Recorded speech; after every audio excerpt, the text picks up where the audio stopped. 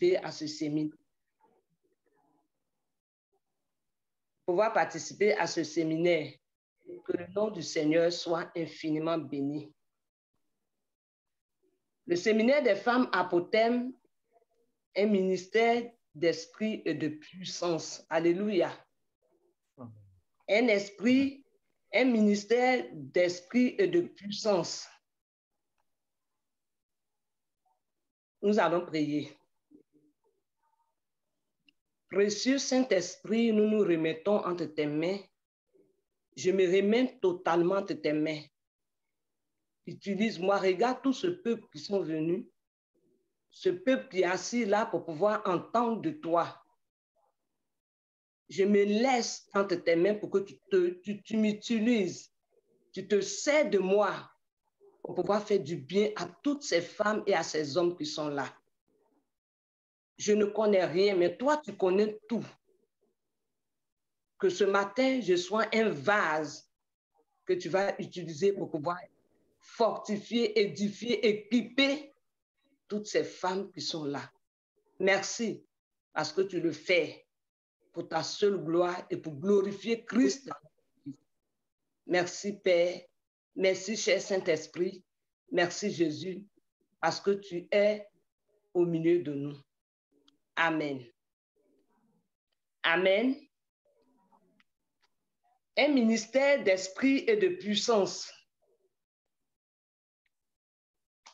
J'ai choisi, j'étais devant la face du Seigneur depuis quelque temps pour lui demander de quoi est-ce que je devais parler. Qu'est-ce que je peux dire à cette femme-là qui doivent impacter aussi les milieux. J'étais devant le Seigneur et c'est principalement hier matin que j'ai reçu ce que je devais vous communiquer. Parce que tant que le Seigneur ne te donne rien, ne te donne pas une parole, tu ne peux pas venir parler dans la chair.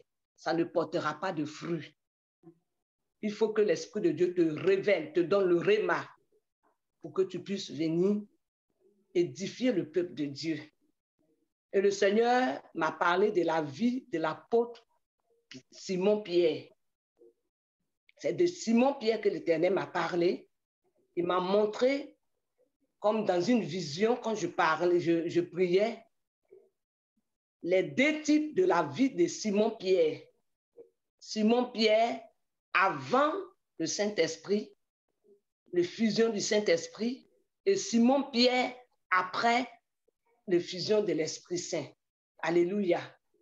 Donc, nous allons ensemble parcourir, connaître un peu qui est Simon-Pierre, comment il était avant l'effusion du Saint-Esprit, comment il travaillait quand il n'avait pas le Saint-Esprit et comment était son travail quand il était rempli du Saint-Esprit. Et face à cela, nous allons aussi, nous aussi, voir dans notre vie, sans le Saint-Esprit, qu'est-ce que nous pouvons faire et avec le Saint-Esprit, qu'est-ce que nous pouvons faire. Alléluia. Donc, mon thème, l'apôtre Simon-Pierre, un exemple de ministère d'esprit et de puissance. Un exemple de ministère d'esprit et de puissance. La vie de Simon-Pierre avant l'effusion du Saint-Esprit. Qui était Simon-Pierre? Simon-Pierre était l'un des premiers disciples du Seigneur Jésus. Son village, il était d'origine de Bethsaïda. On peut voir ça dans Jean, chapitre 1, le verset 44. Et il vivait à Capernaum.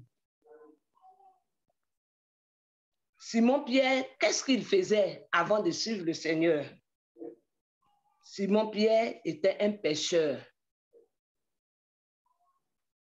C'était là son activité.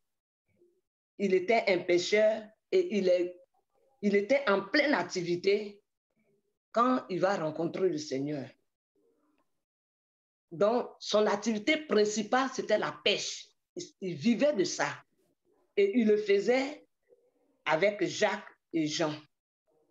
On peut voir ça dans Luc, chapitre 5, le verset 10.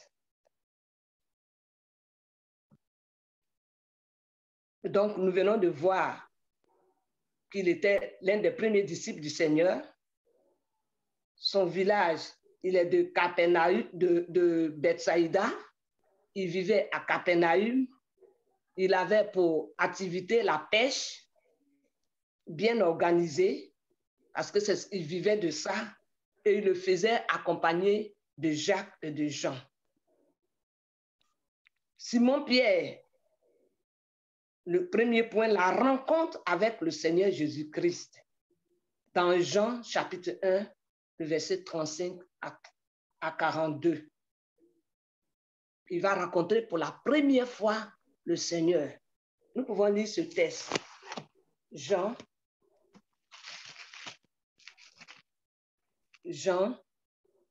chapitre 1, le verset 35. Le lendemain, Jean était encore là avec 2 de ses disciples.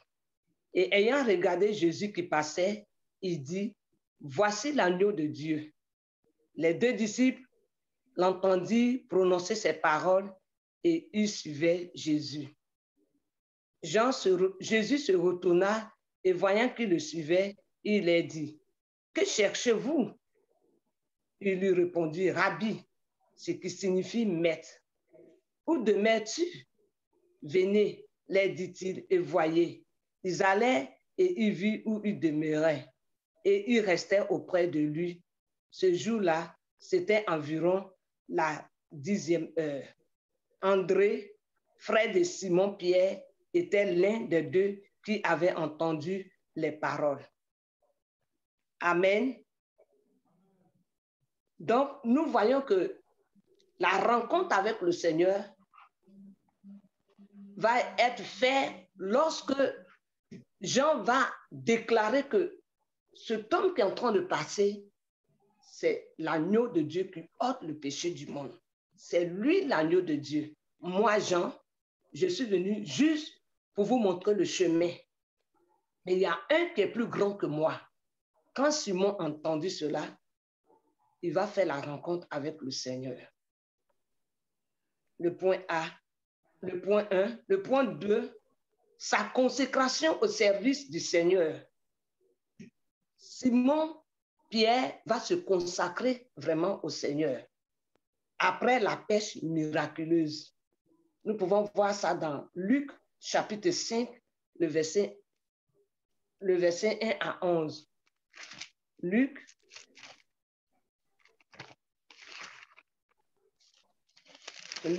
chapitre 5, le verset 1 à 11. Ils arrivaient à l'autre bord de la mer, dans le pays des Gadanéens. Aussitôt que Jésus fut hors de la barque, il vit au-devant de lui un homme sortant des sépulcres. Excusez, j'ai pris Marc. Luc chapitre 5, le verset 1 à 11. Comme Jésus se trouvait auprès du lac de Génézareth et que la foule se pressait autour de lui pour entendre la parole de Dieu, il vint au bord du lac 2 barques. Il vit au bord du lac 2 barques d'où les pêcheurs étaient descendus pour laver leurs filets. Il monta dans l'une de ces barques qui était à Simon et il le pria de s'éloigner un peu de terre. Puis il s'assit et de la barque, il enseignait la foule. Lorsqu'il eut cessé de parler, il dit à Simon, « Avance en pleine eau et jetez vos filets pour pêcher. » Simon lui dit, « Maître, nous avons travaillé toute la nuit sans rien prendre, mais sur ta parole, je jette le filet. » L'ayant jeté, il prit une grande quantité de poissons et leurs filets se rompaient. Il fit signe à leurs compagnons qui étaient dans l'autre barque de venir les aider. Il vint et il remplit les 2 barques au point qu'elles s'enfonçaient. Quand il vit cela, Simon-Pierre tombait aux genoux de Jésus et dit, « Seigneur, retire-toi de moi, parce que je suis un homme pécheur. » Car car l'épouvante l'avait saisi, lui et tous ceux qui étaient avec lui, à cause de la pêche qu'il avait faite. Ils en étaient de même de Jacques et de Jean, fils de Zébédée, les associés de Simon. Alors Jésus dit à Simon, ne crains point, désormais tu seras pêcheur d'hommes. Amen. Ne crains point, désormais tu seras pêcheur d'hommes. Donc après ce miracle, cette pêche miraculeuse, Simon va se consacrer totalement au Seigneur. Simon-Pierre est un homme très fougueux. Il va voir le Seigneur marcher sur l'eau. Et Simon va désirer lui aussi marcher sur l'eau. Et va dire au Seigneur, est-ce bien toi? Le Seigneur dit oui. Il dit, est-ce que je peux venir? Il dit, mais viens. Sur la parole, Simon va descendre de la barque et marcher sur l'eau. Nous pouvons voir ça dans Matthieu, chapitre 14, le verset 22 à 36. Donc, étant un homme fougueux, un homme déterminé, Simon va descendre sur l'eau et commence à marcher. Mais quand il va voir les vagues qui ont commencé à se multiplier, Simon va avoir peur. Dès qu'il va détourner ses regards du Seigneur, il va commencer à s'enfoncer. Pour nous dire que dans notre marche, nous devons avoir les regards fixés sur le Maître. Alléluia, pour pouvoir arriver à l'autre bord. Donc, nous allons voir aussi la double confession de Simon. Simon va confesser 2 fois qui est le Seigneur. Nous voyons ça dans Jean chapitre 6, verset 60 à 71. Matthieu chapitre 16, verset 13 à 28. Ou quand le Seigneur va prêcher, les gens vont dire que mais tes paroles sont trop dures. Qui peut être sauvé? Et beaucoup d'hommes ont commencé à se détourner, à partir. Et le Seigneur va regarder, il dit à ses disciples, mais vous, ne voulez-vous pas partir aussi? Simon va ouvrir la bouche et il dit, à qui irions-nous, Seigneur? À qui irions-nous? J'ai les paroles de la vie. Alléluia. À qui irions-nous? Donc, nous voyons que Simon-Pierre est un homme très fougueux, déterminé. Lors de la transfiguration, Simon-Pierre est l'un que le Seigneur partit avec lui. Simon, Jacques et Jean, les 3. Ils sont partis pour intercéder. Le Seigneur les a associés à lui. Et pendant qu'ils étaient en bas, que le Seigneur était en train de prier, ils ont vu la gloire, la présence glorieuse. Et Simon a regardé, il a vu Élie, il a vu Moïse. La Bible dit qu'il y avait Élie et Moïse qui étaient venus pour pouvoir fortifier le Seigneur. Parce qu'il était dans les jours où il devait aller à la croix. Quand Simon a vu cela, il était impressionné. Impressionné. Et comme il est un homme fougueux et tout entier, il dit, mais Seigneur, ce que je viens de voir est très glorieux. Je vais te construire 3 tentes. On va construire 3 tentes pour rester ici. Une tente pour toi, une tente pour Élie et une tente pour Moïse. Vous voyez, dans sa chaleur, son zèle charnel. Parce que ce zèle qu'il avait, on ne peut pas aller loin avec. C'est cela que nous allons voir après. Quel sera ce Simon-là quand le Saint-Esprit va venir en lui? Amen. Mais pour le moment, il n'est qu'un disciple. Il fait les choses dans la chair. Vous voyez, dès qu'il a vu la gloire, il dit non, mais il faut qu'on reste sur cette montagne-là. Et moi, je suis chargé de construire cette tente. C'est ce même Simon encore. Le lavage des pieds.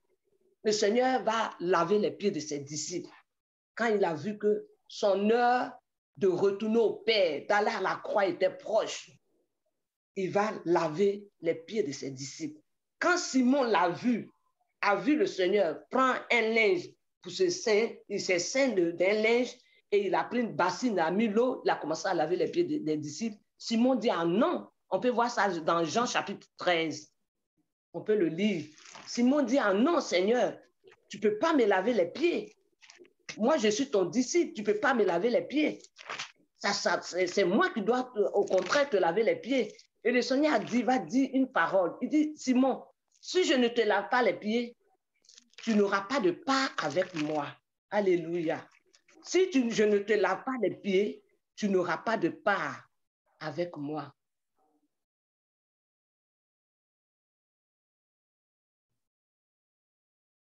Nous allons lire à partir du verset 4.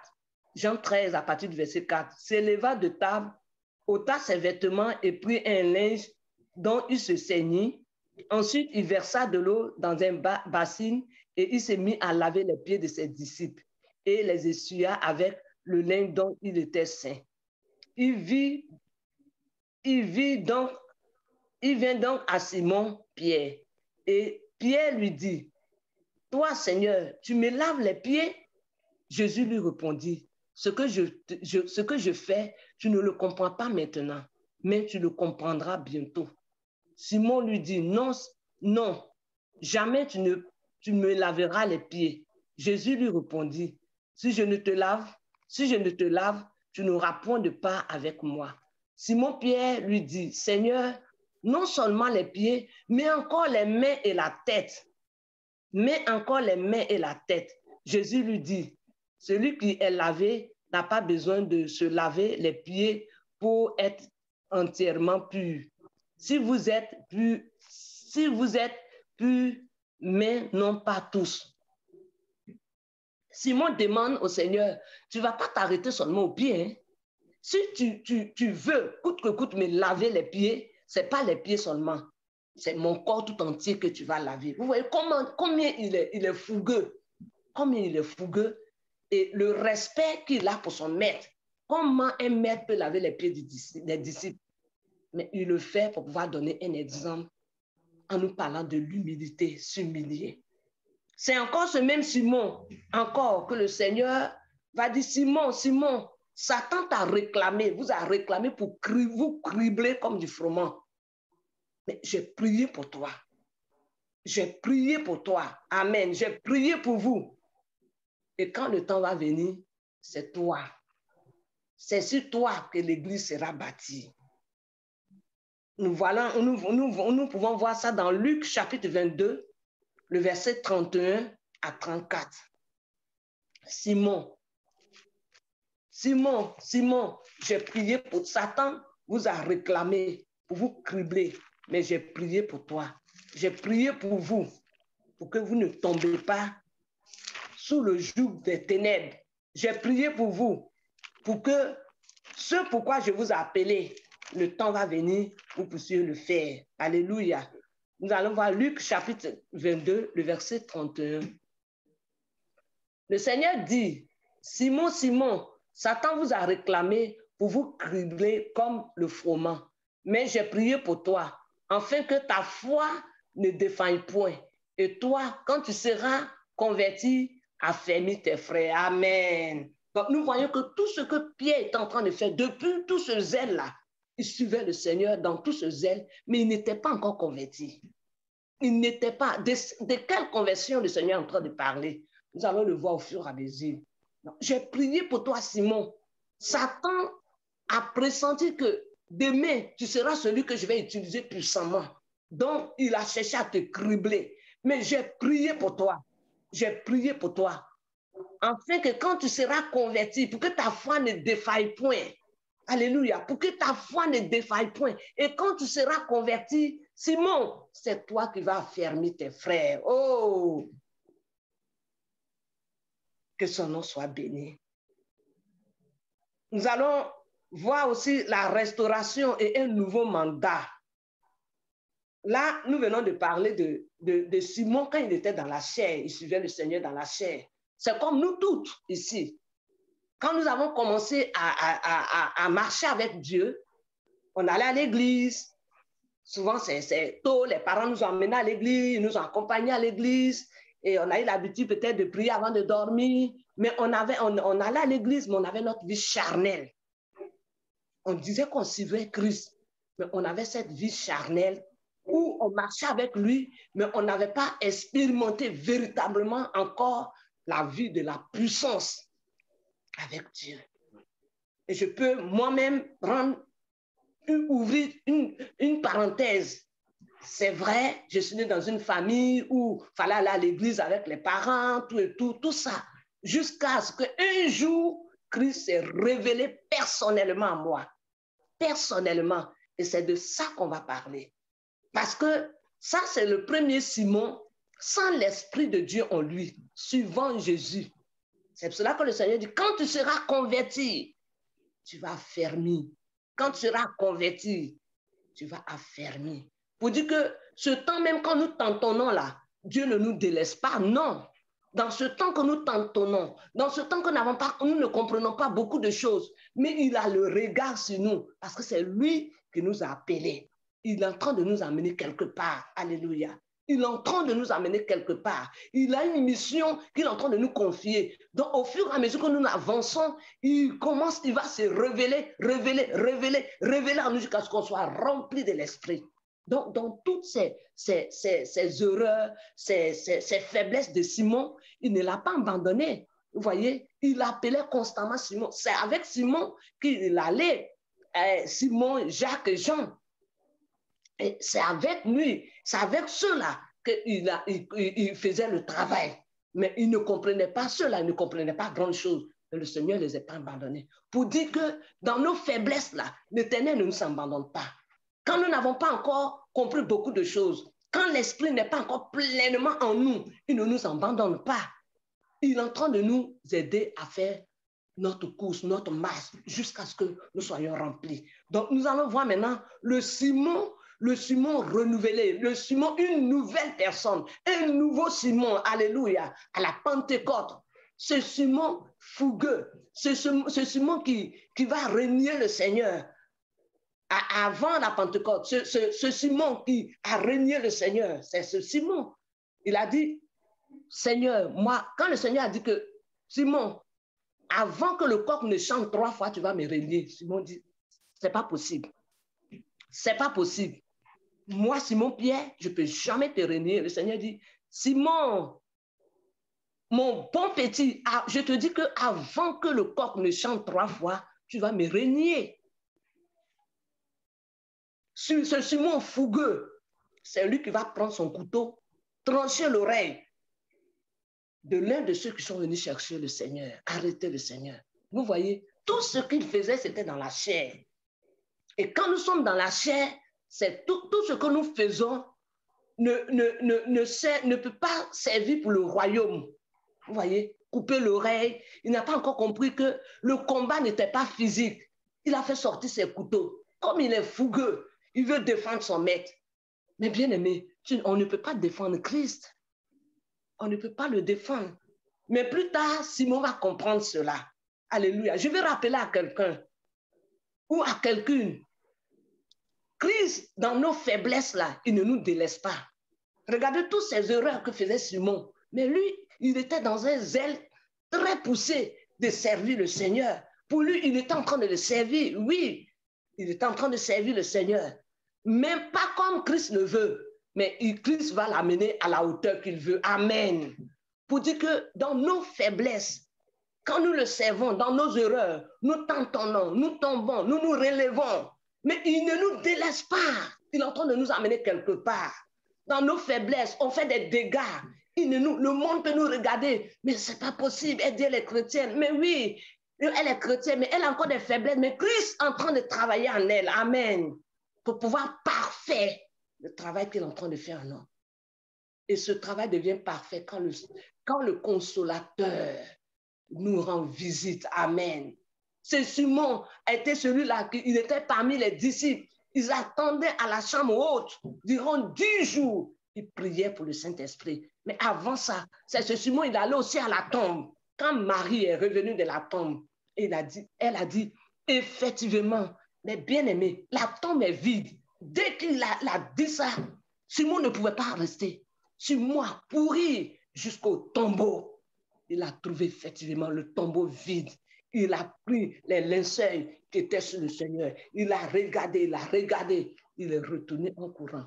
Il est parti dire, effectivement, le maître est ressuscité d'entre les morts. Simon Pierre était un homme fougueux. Quand l'Éternel était en train de me montrer, parce que je suis en train de prier, et c'est comme une vision, je n'ai jamais vu Simon physiquement. C'est ma première fois où je priais et le Seigneur me montre ce Simon qui ne le connaissait pas et ce Simon rempli maintenant de l'Esprit Saint. Vous voyez, c'est ce Simon. Nous tous ici, avant d'arriver là où nous sommes, et d'ailleurs, nous n'avons pas encore fini, nous finirons quand nous serons en face du Maître, face à face. Tel il est, tel nous le verrons, nous rentrerons dans la félicité. Ce Simon qui a aujourd'hui fini sa mission glorieuse sur cette terre, a commencé avec des faiblesses, a commencé avec des lacunes. Je n'encourage pas les faiblesses, non, mais je voudrais nous encourager que dans nos faiblesses, ne nous décourageons pas, ne jetons pas l'éponge. Alléluia. Dans nos faiblesses, ne jetons pas l'éponge. Christ nous aime et dans nos faiblesses, il nous aime. Parce qu'il dit qu'il est venu non pas pour les bien portants, mais il est venu pour les malades. Pendant que je suis en train de parler, des gens qui sont dans des faiblesses, qui se demandent, mais est-ce que je peux y arriver? Oui, tu peux y arriver. Parce que c'est pour cela que le Saint-Esprit est venu. On vient de citer la vie de Simon. Regardez les faiblesses. Il était auprès du Seigneur. Mais regardez toutes ces faiblesses. Quand on a pris le maître, il a coupé l'oreille, tranché l'oreille. Il croyait que ce n'est pas la force humaine. Non. Et le Seigneur a dit, ce n'est ni par la force, ni par l'intelligence, mais par l'Esprit Saint. Amen. Mais par l'Esprit Saint. Et moi-même qui vous parle, dans ma marche, dans mon parcours, j'ai aussi des faiblesses. Ou des fois tu as battu, ou des fois tu es découragé, ou des fois tu t'es venu, oh Seigneur. Mais quand le Saint-Esprit vient remplir ta vie, quand il vient prendre le contrôle, oh bien-aimé, c'est comme une farine, la farine que la levure n'est pas encore entrée dedans. Quand la levure rentre dans la farine, vous voyez que la farine se gonfle, monte, elle change d'étape. Amen. Quand le Saint-Esprit rentre dans notre vie, il nous change, il nous transforme. De timide, on devient fougueux. De roseau comme Pierre. Pierre était roseau. On devient roc. Alléluia. Rien ne peut nous arrêter. Rien ne peut nous distraire. Rien ne peut nous faire peur. Parce qu'on devient une nouvelle personne. Donc ce Simon, une nouvelle personne remplie du Saint-Esprit à la Pentecôte. À la Pentecôte. Quand le Saint-Esprit est venu, je disais qu'ils faisaient partie de ceux qui ont prié. Ils étaient dans la chambre haute, priant, cherchant la plénitude du Saint-Esprit pour faire l'œuvre. Parce qu'ils avaient peur. Quand le maître a été crucifié, mort, ils avaient peur, ils étaient là. Mais quand il a apparu, il s'est révélé, il dit, restez là, jusqu'à ce que la puissance d'en haut vienne sur vous. Alléluia. Donc, à la Pentecôte, le fusion du Saint-Esprit est venu sur les disciples. Ils étaient tous remplis du Saint-Esprit, en train de parler en langue, des langues qu'ils n'avaient jamais apprises. Quand le Saint-Esprit vient en nous, oh, des choses que tu ne connais pas, il te révèle. Amen. La preuve en est que je n'ai jamais vu Simon, je ne le connais pas. Mais hier, dans mon salon, en train de prier, il m'a donné une vision, il m'a montré le Simon sans l'Esprit et le Simon avec l'Esprit Saint. Et maintenant, nous allons voir le Simon avec l'Esprit Saint. Quelle était la vie de Simon-Pierre, oh, qui n'est plus le roseau, mais qui est devenu rocher, qui est devenu le roc. Hein? Le roc. Avant, il était cassable, mais maintenant, il est incassable. Alléluia. Nous allons voir ensemble ce Simon. La première chose que Simon va faire, quelle est la première chose que Simon-Pierre va faire après d'être rempli du Saint-Esprit? Il va ouvrir la bouche, il va commencer à prêcher. Alléluia. Il va dire aux Juifs, il va dire aux gens, ces hommes que vous voyez ne sont pas ivres. Il n'est que très tôt le matin. Ils ne sont pas ivres. C'est là la promesse qui nous a été donnée. Amen. Je répandrai de mon esprit sur toute chair. Simon a commencé à prêcher. Et la Bible dit que sa première prêche, il a eu près de 3000 âmes qui se sont converties, qui se sont tournées vers le Seigneur. Rappelez-vous de ce que le Seigneur a dit. Il dit, Simon, tu es pêcheur, mais demain, tu vas pêcher des âmes. Aujourd'hui, tu es en train de pêcher du poisson, mais demain, tu vas pêcher des âmes. La parole vient de s'accomplir. La parole du maître vient de s'accomplir. La première prédication de Simon, 3000 personnes qui se tournent vers le Seigneur. Simon-Pierre est totalement une nouvelle personne. Totalement une nouvelle personne. Dans Actes chapitre 3, nous allons voir Actes chapitre 3. Actes chapitre 3, à partir du verset, je vais lire à partir du verset 1 jusqu'à 11. Mais comme c'est long, je vais commencer à partir du verset 3. Ce temps, voyant Pierre et Jean qui allaient y entrer, leur demanda le monde. Pierre, de même que Jean, fixa les yeux sur lui et dit, « Regarde-nous. » Et il les regarda attentivement, s'attendant à recevoir d'eux quelque chose. Alors Pierre lui dit, « Je n'ai ni argent, ni or, mais ce que j'ai, je te le donne. Au nom de Jésus de Nazareth, lève-toi et marche. » Et le prenant par la main droite, il le fit lever. Au même instant, ses pieds et ses chevilles deviennent fermes. D'un saut, il fut debout et s'est mis à marcher. Il entra avec eux dans le temple, marchant, sautant et louant Dieu. Et louant Dieu. Tout le monde le vit marcher et louant Dieu. Amen. Regardez ce Simon peureux d'hier, que dès qu'on a pris le Seigneur, il a tranché l'oreille. Ce Simon flexible, faible, la présence du Saint-Esprit en lui a fait de lui quelqu'un de solide. Alléluia. Quelqu'un de inébranlable, parce que l'inébranlable est venu habiter en lui. C'est Simon, après la prédication, le deuxième miracle que Dieu va utiliser Simon pour faire, c'est ce boiteux qui est assis là. Des années et des années. Tout le monde le connaît comme boiteux. Tous ceux qui passent pour aller au temple lui donnaient de l'argent. Simon dit, regarde-nous, l'argent, nous, on n'en a pas. L'or, on n'en a pas. Mais on a ce qui est plus puissant que l'argent. Alléluia. On a ce qui est plus important que l'argent et l'or. Et la Bible dit, il dit, au nom de Jésus de Nazareth, lève-toi et marche. Regardez la présence du Saint-Esprit dans la vie de Simon. Et Simon prend la main de ce paralytique. Il se tient debout et il commence à marcher. Un grand miracle. Et ça a impacté les gens. Alléluia.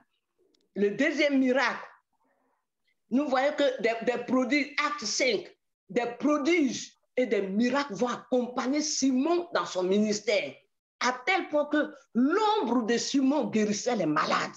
Amen. L'ombre de Simon guérissait les malades. C'est ce Simon que Dieu va parler de lui. Dieu va lui montrer, va faire descendre un genre de filet et il va voir toutes sortes d'animaux. Il dit, tue et mange. Il dit, moi, je ne peux pas, Seigneur. C'est des choses impures. Il dit, ce que je considère pur, tu ne peux pas dire c'est impur. Et le Seigneur va lui parler de Corneille. C'est ce Simon qui va rentrer, Acte 10. Il va aller dans la famille de Corneille. C'est l'un des textes que j'aime beaucoup. Corneille et toute sa famille vont se convertir. Alléluia. Partout Simon passait, des prodiges et des miracles l'accompagnaient. Des prodiges et des miracles. On battait Simon, on va le frapper, le fouetter. Mais ces fouets ne pouvaient rien faire. Alléluia. Les fouets ne pouvaient pas empêcher Simon de continuer cette œuvre. Le feu de l'Esprit brûlait en elle. Bien aimé, le baptême du Saint-Esprit, ça ne s'arrête pas à parler seulement en langue. Non. Quand on est baptisé du Saint-Esprit, on a le feu de Dieu en nous. On ne peut pas ne pas parler de Jésus. On ne peut pas ne pas prêcher son nom. On ne peut pas ne pas parler de ses hauts faits. C'est impossible. C'est impossible. C'est impossible. Et Simon est un exemple typique de la vie du ministère, de l'esprit et de puissance. Regardez le Simon de hier, qui était que Jésus a dit, allons, je vais bientôt être crucifié. On va aller prier. Et ils ont mis les nattes pour dormir. Mais regardez ce Simon, il est totalement une nouvelle personne. Par ses mains, ce paralytique a marché. Par sa prédication, des milliers d'hommes se sont convertis. Et ce Simon rentre dans la maison de Corneille. Corneille, pendant qu'il est en train de prier, le Seigneur va lui parler de Simon. Et Simon va arriver dans la maison de Corneille et toute la famille de Corneille sera baptisée, remplie de l'Esprit. Ce Simon sera mis en prison dans Acte 12. J'aime beaucoup ce texte. Quand Hérode va décapiter Jacques, ça sera une grande joie pour les Juifs. On va attraper aussi Simon et Jean pour les mettre en prison. L'Église, cette fois-ci, va se lever dans la prière. L'Église a compris que devant toute situation, ne laisse pas en bas des pannes pour pleurer, mais tu dois te lever, tu dois saindre des forces terrain, te lever dans la prière. L'Église, toute la nuit, va commencer à prier. Alléluia. Pour dire, nous refusons que les ténèbres remportent. Et l'Église a prié. La Bible dit, pendant que l'Église priait, oh, on peut regarder, on peut jeter un coup d'œil. Actes chapitre 12. Pendant que l'Église priait, on va voir ce qui va se passer. L'ange va descendre. Actes chapitre 12. Après, je vais lire à partir du verset 4. Après l'avoir saisi et jeté en prison, il le mit sous la garde de 4 escouades, de 4 soldats chacune, avec l'intention de le faire comparaître devant le peuple après la Pâque. Pierre donc était gardé dans la prison et l'Église ne cessait d'adresser pour lui des prières à Dieu. La nuit qui précédait le jour où Hérode allait le faire comparaître, Pierre, lié de 2 chaînes, dormait entre 2 soldats et des centeniers devant la porte gardaient la prison. Et voici un ange du Seigneur survint et une lumière brilla dans la prison. L'ange réveilla Pierre et le frappa au côté et en disant, lève-toi promptement. Les chaînes tombaient de ses pieds, de ses mains. Et l'ange lui dit, mets ta ceinture et tes sandales. Et il le fit ainsi. L'ange lui dit encore, enveloppe-toi de ton manteau et suis-moi. Pierre sortit et le suivit, ne sachant pas que ce qui se passait par l'ange, ce qui se faisait par l'ange fut réel. Et il s'imaginait avoir une vision. Lorsqu'il eut passé la prison, la première garde, puis la seconde, il arriva à la porte de fer qui menait à la ville et qui s'ouvrait d'elle-même devant eux. Il sortit et s'avança dans une rue. Aussitôt l'ange quitta Pierre.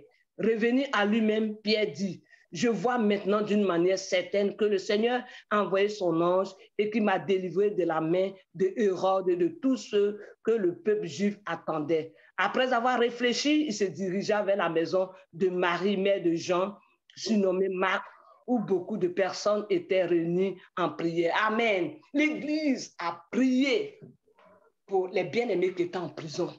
Et l'ange est venu les faire sortir de la prison. Alléluia. C'est ce Simon. C'est ce Simon. Il était battu à cause de l'évangile, à cause de ce que Dieu l'utilisait pour des miracles. Mais cela ne l'a pas empêché de continuer l'œuvre. De continuer l'œuvre. Il dira, pour moi, ma vie n'a plus d'importance. C'est faire l'œuvre qui est important. Amen. C'est gagner des âmes à Christ qui est important. Et Simon, rempli encore de feu et de flamme, est sorti de cette prison, allait retrouver ses bien-aimés et a continué l'œuvre.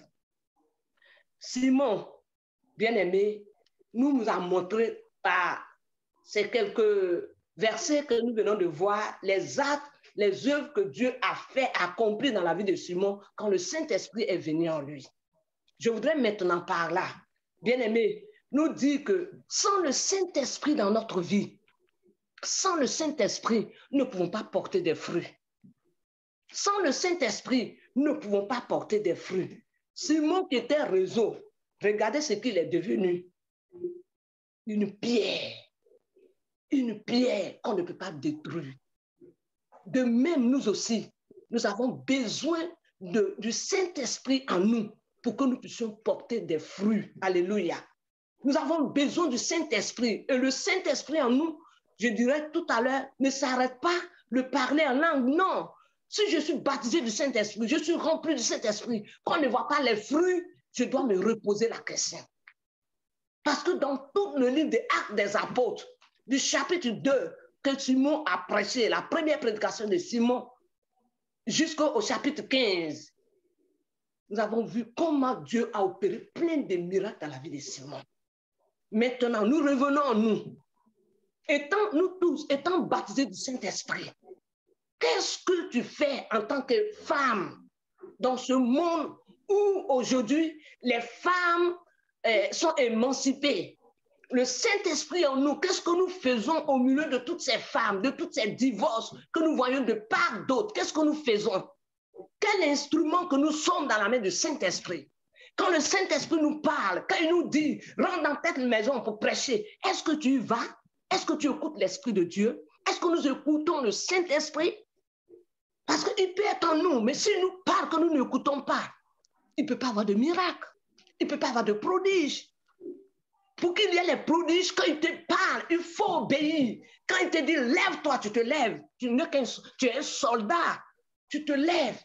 Oh, bien-aimé, quand le Saint-Esprit te révèle des choses, quand il te dit des choses dans le secret, tu te lèves et tu ne fais qu'appliquer. Tu vas voir les miracles qui vont s'opérer.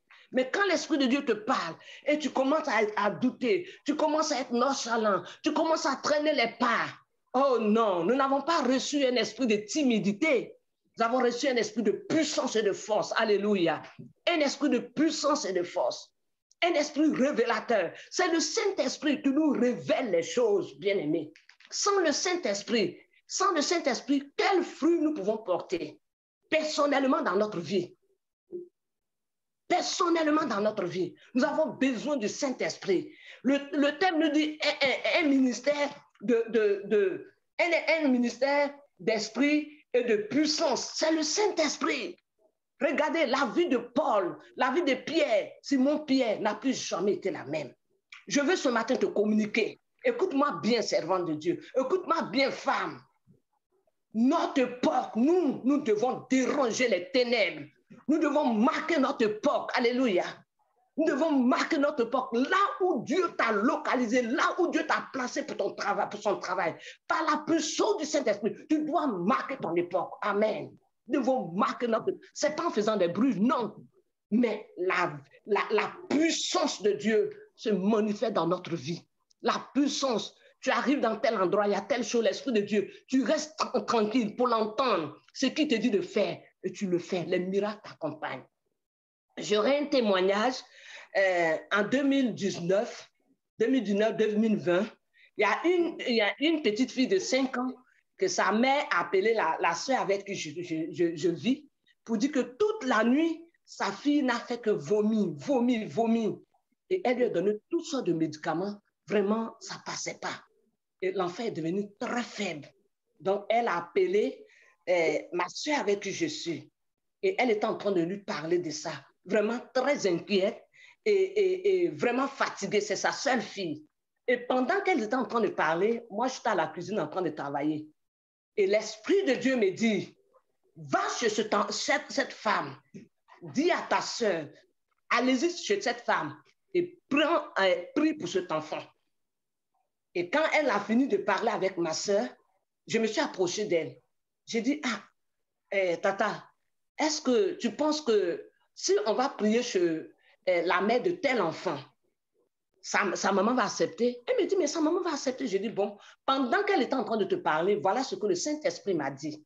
Elle dit, mais Tata, on y va alors. Je dis, OK, on a laissé ce qu'on était en train de faire. On a pris un peu de nourriture, tout, des choses, parce que la petite fait partie de la garderie de ma soeur. Et nous sommes partis à la maison. Vraiment, à arriver, l'enfant était très fatigué.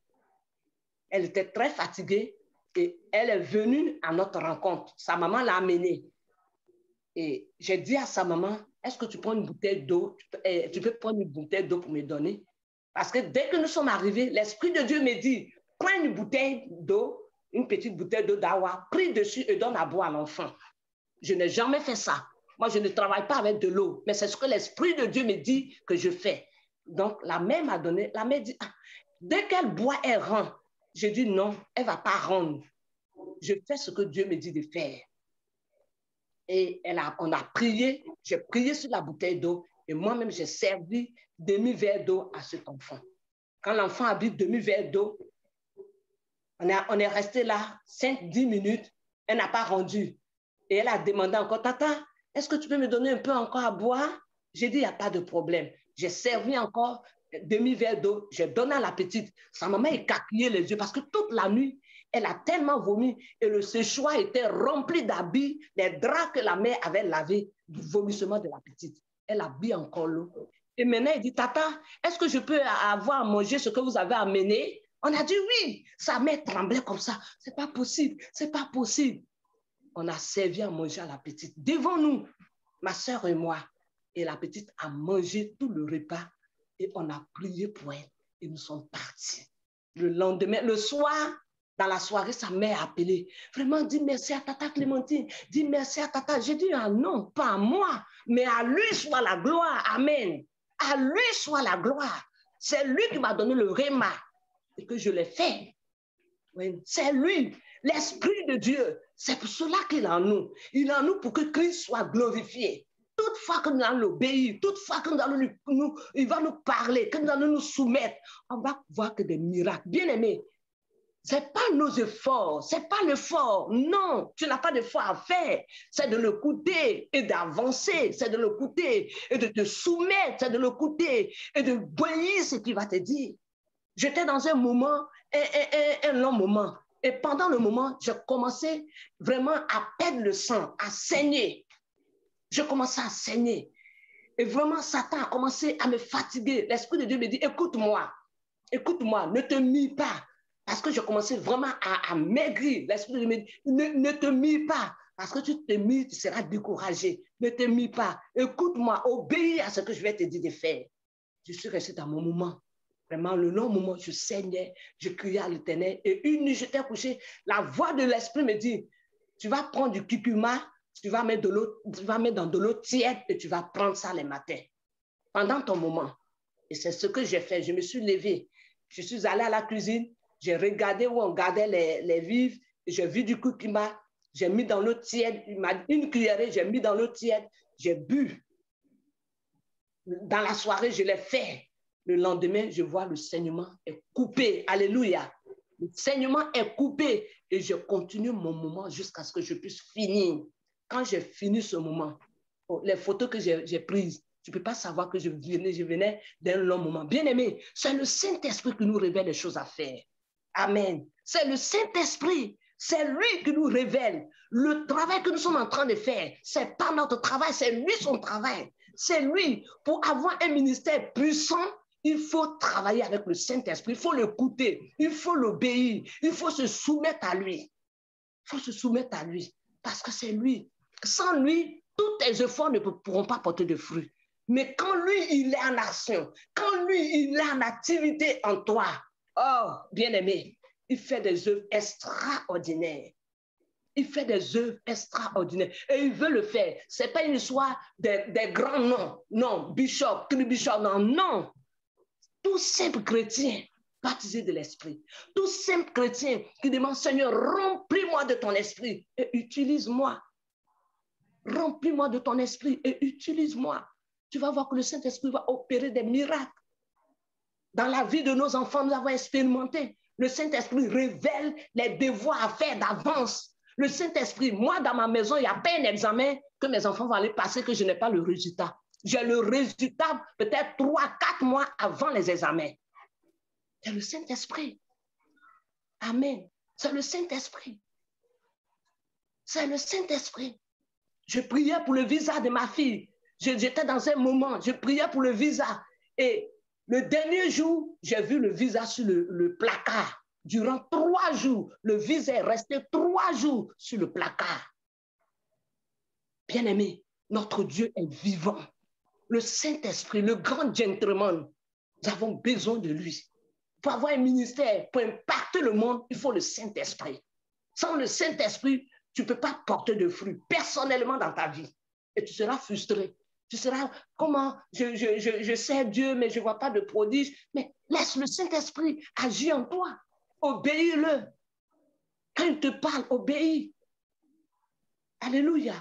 Obéis à l'Esprit de Dieu. Quand il te dit, dépose telle chose ici, fais-le. Quand il te dit, lève-toi, va dans telle famille qui traverse des situations, il ne faut pas te dire, mais quand je vais partir, est-ce qu'on va me recevoir? Non, tu obéis. Avant que tu n'arrives, il va les convaincre. Il va les convaincre. Bien-aimés, l'Esprit de Dieu nous est donné pour impacter le monde, pour gagner des âmes à Christ. Amen. L'Esprit de Dieu nous est donné pour que partout nous allons passer, des prodiges et des miracles nous accompagnent. Bien-aimés, je ne veux pas trop parler de moi, mais dans cette œuvre que nous faisons et dans ma vie personnelle, j'ai vu énième fois la puissance de Dieu, la puissance du Saint-Esprit se manifester.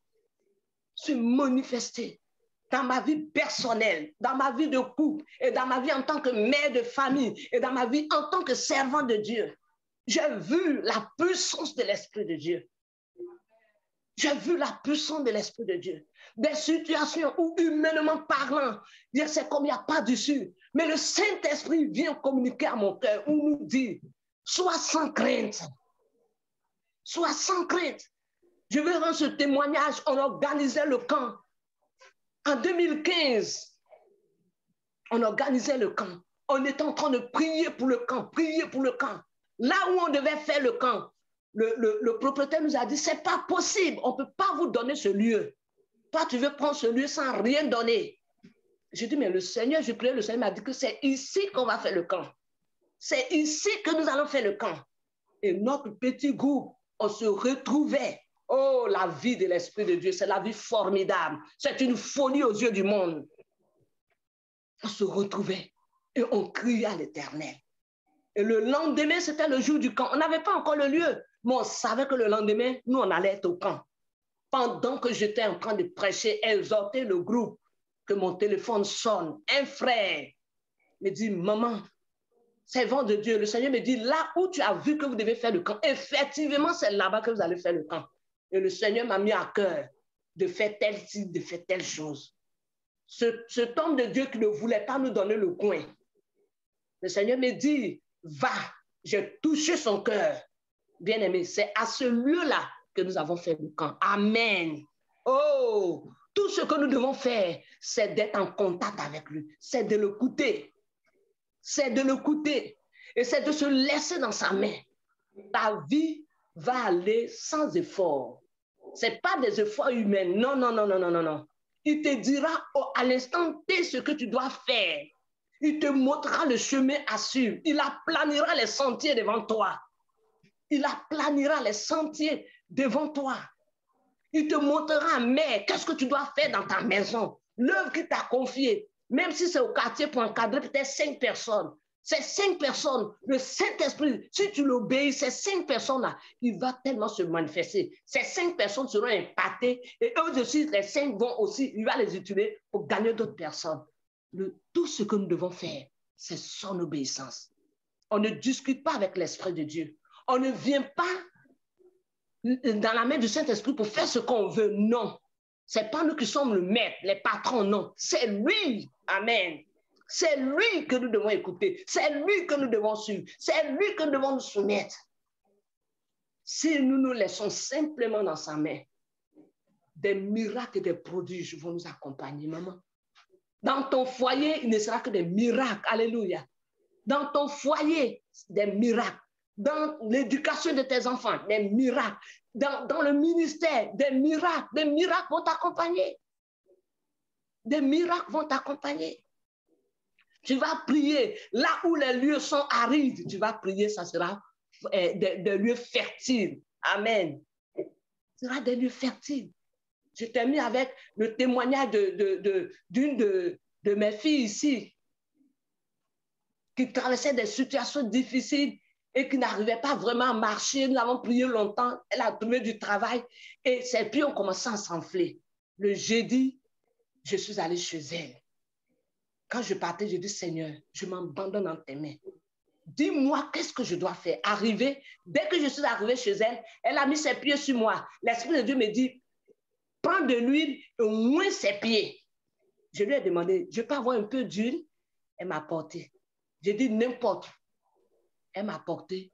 Et j'ai pris Jacques, chapitre 5, le verset 13, qui dit que si quelqu'un est malade, qu'il appelle les anciens de l'Église et que ceux-ci prient pour lui en loignant d'huile. J'ai dit, Seigneur, c'est ce que ta parole me dit. Et c'est toi qui m'as dit de moi, l'huile, cette femme, parce qu'elle voulait arrêter le travail. J'ai dit, ah non. J'ai prié sur ses pieds. J'ai moins ses pieds. On a prié, puis je suis rentrée. Et hier soir à la cellule, c'est dans sa prière qu'elle bénissait le Seigneur de ce qu'elle était libérée, guérie de son pied, parce qu'elle boitait. Elle me dit, maman, je boite, je vais arrêter ce travail. Je dis, non, si tu arrêtes, le diable va trop se réjouir. Vous voyez, ce n'est pas moi, mais c'est simplement ce qu'il m'a dit que j'ai fait. C'est simplement, bien-aimé, voilà la vie de l'esprit. Voilà la vie de l'esprit. Il va simplement te dire qu'est-ce que tu dois faire. Et toi, tu exécutes. Si tu exécutes, tu vas voir des prodiges dans ta maison. Tu vas vivre que par miracle. Les gens vont te voir, ils seront étonnés. Des portes fermées vont s'ouvrir d'elles-mêmes. Amen. Pierre est en prison. Pierre est en prison, n'est-ce pas? Est-ce que les prisons ne se sont pas ouvertes? Les portes se sont ouvertes devant Pierre.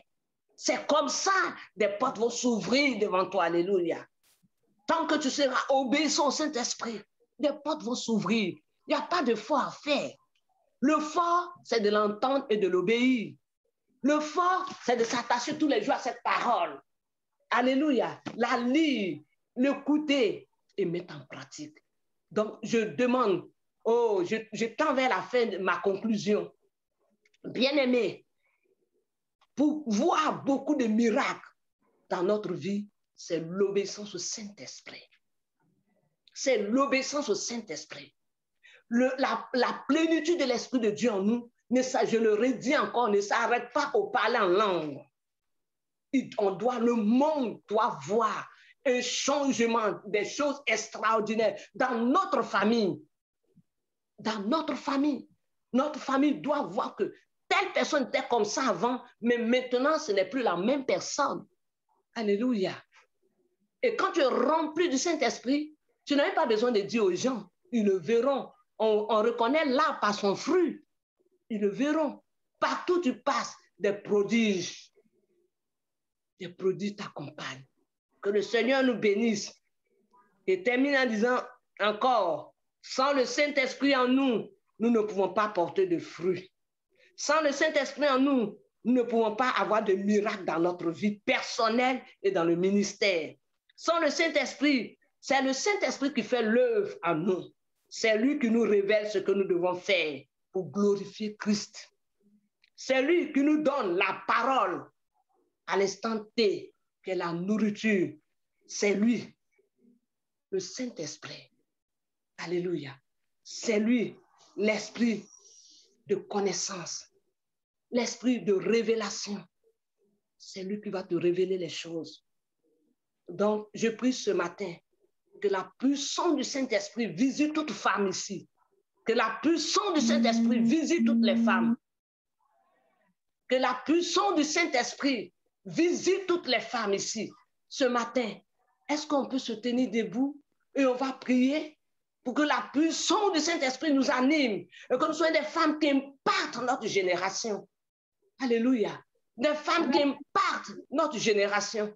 Des femmes que quand on va au marché, on voit quelqu'un qui tombe au marché, on laisse notre panier de marché, on impose les mains à la personne, les démons quittent le corps, alléluia. On les chasse vite fait et bien fait. Amen. Amen.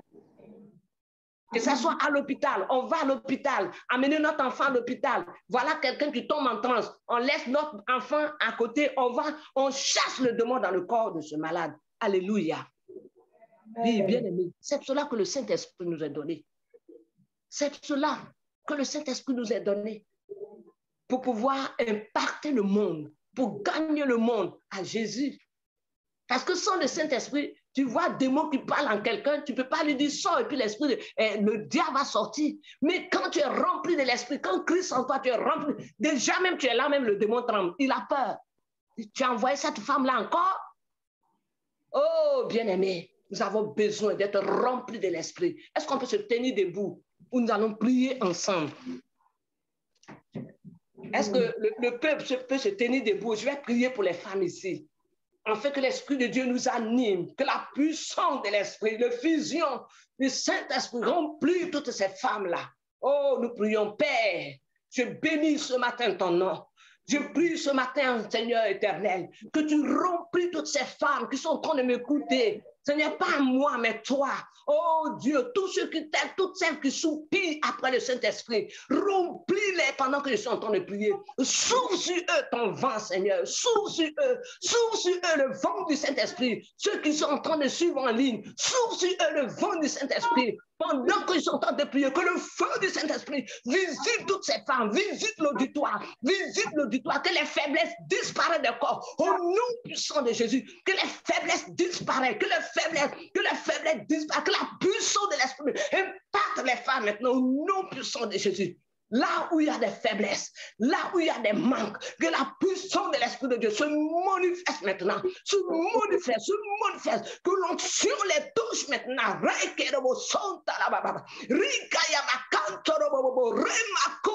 Visite-les là où elles sont. Visite-les, toi, que la distance n'existe pas en toi. Visite, touche ces femmes, touche-les,